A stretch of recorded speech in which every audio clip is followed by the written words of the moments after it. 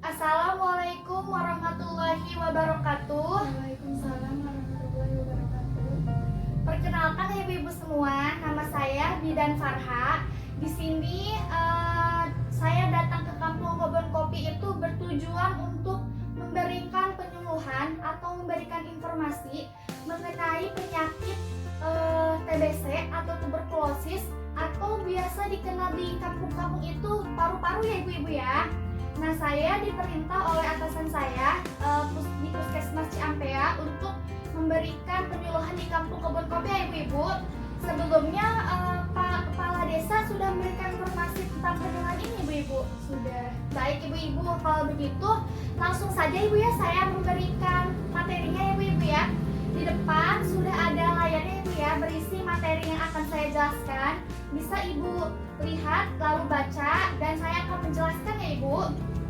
Baik, saya akan menjelaskan yang pertama ada pengertian tuberkulosis, selanjutnya gejala tuberkulosis, penyebab tuberkulosis, penata laksanaan atau pengobatan tuberkulosis, dan pencegahan tuberkulosis. Yang pertama lanjut saja ibu ya. Pengertian TBC atau tuberkulosis adalah penyakit paru-paru akibat kuman mikrobakterium tuberkulosis.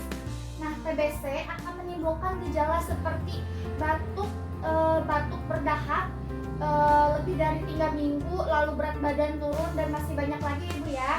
Nah, TBC ini bukan hanya menyerang paru-paru, tapi juga bisa menyerang tulang, usus, atau kelenjar. Penyakit ini ditularkan dari percikan ludah penderita TBC ketika penderita TBC-nya itu berbicara, batuk, bersin. Nah, TBC ini mudah menyerang seseorang yang kekebalan tubuhnya itu rendah, seperti orang yang punya penyakit HIV. Baik Bu, selanjutnya penyebabnya ya Bu. Nah, penyebab TBC ini disebabkan oleh infeksi kuman dengan nama yang sama, Mycobacterium tuberculosis. Kuman atau bakteri ini menyebar di udara melalui percikan ludah penderita, misalnya saat berbicara, batuk, atau bersin. Penularan TBC membutuhkan kontak yang cukup dekat dan cukup lama dengan penderita. Tidak semudah penyebaran flu. Makin lama seseorang berinteraksi dengan penderita TBC, semakin tinggi juga seseorang tersebut terkena penyakit TBC ya ibu-ibu. Nah, pada penderita TBC tidak menimbulkan gejala, itu TBC laten. Jadi TBC laten itu TBC sebelum TBC itu ada 2 macam Bu, ada TBC laten dan TBC aktif. TBC laten ini tidak menimbulkan gejala, tidak disadari oleh penderita ya Bu ya. Nah, kalau TBC aktif itu disadari ya Bu ya, berarti TBC-nya itu sudah parah ya Bu dan butuh pengobatan yang serius. Kuman TBC ini dapat berkembang menjadi aktif jika daya tahan tubuh orang tersebut melemah seperti penderita HIV/AIDS itu ya Bu. Baik, selanjutnya gejalanya ya Bu ya. Nah, gejala penyakit TBC ini yang pertama ada demam. Yang kedua batuk berdahak lebih dari 3 minggu. Lalu berat badan semakin turun, tidak naik-naik walaupun seorang tersebut ya bisa dikatakan kategori makannya itu nggak terlalu nafsu gitu ya Bu ya. Lalu tidak nafsu makan, nyeri dada, dan terkadang penderita TBC itu berkeringat di malam hari. Selanjutnya penata laksanaan ya Bu. Penata laksanaan atau pengobatannya. TBC dapat disembuhkan jika penderitanya patuh mengonsumsi obat sesuai dengan resep dokter. Jadi TBC ini, penyakit TBC itu obatnya tidak bisa berobat ke klinik kebidanan ya Bu ya, karena bidan itu bukan wewenangnya ya Bu ya untuk mengobati seorang penderita TBC Bu.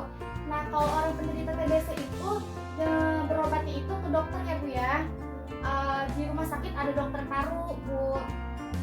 Untuk mengatasi penyakit ini, penderita perlu minum beberapa jenis obat untuk waktu yang lama minimal 6 bulan. Obat-obatnya itu ada isoniazid, rifampicin, pyrazinamid, dan etambutol. Jadi Bu, penderita TBC itu pengobatannya lama ya Bu ya.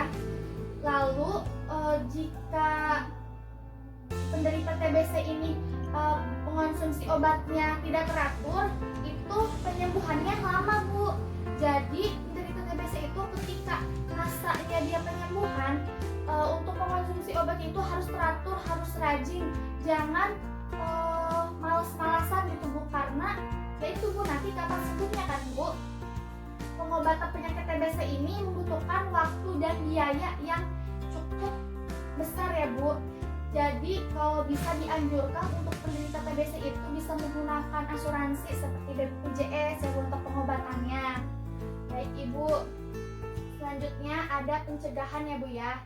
Pencegahan TBC ini dapat dicegah dengan pemberian vaksin yang disarankan dilakukan sebelum bayi berusia 2 bulan. Selain itu, pencegahan juga dapat dilakukan dengan cara mengenakan masker saat berada di tempat ramai, tutup mulut saat bersin, batuk dan tertawa, tidak membuang dahak dan meludah sembarangan.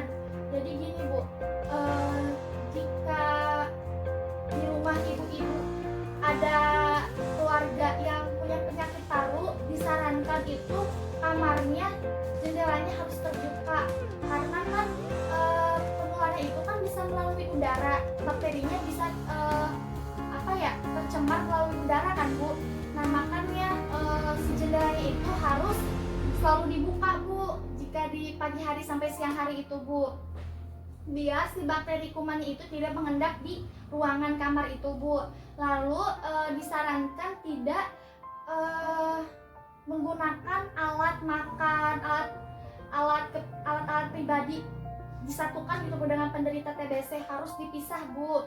Lalu diusahakan tidak sekamar ya Bu ya, karena kan kalau sekamar memudahkan penularan gitu Bu, lebih cepat penularannya kan. Selanjutnya ketika kita berbicara dengan penderita TBC itu, kitanya pun yang diajak bicara kalau bisa menggunakan masker, lalu penderitanya pun harus menggunakan masker. Selanjutnya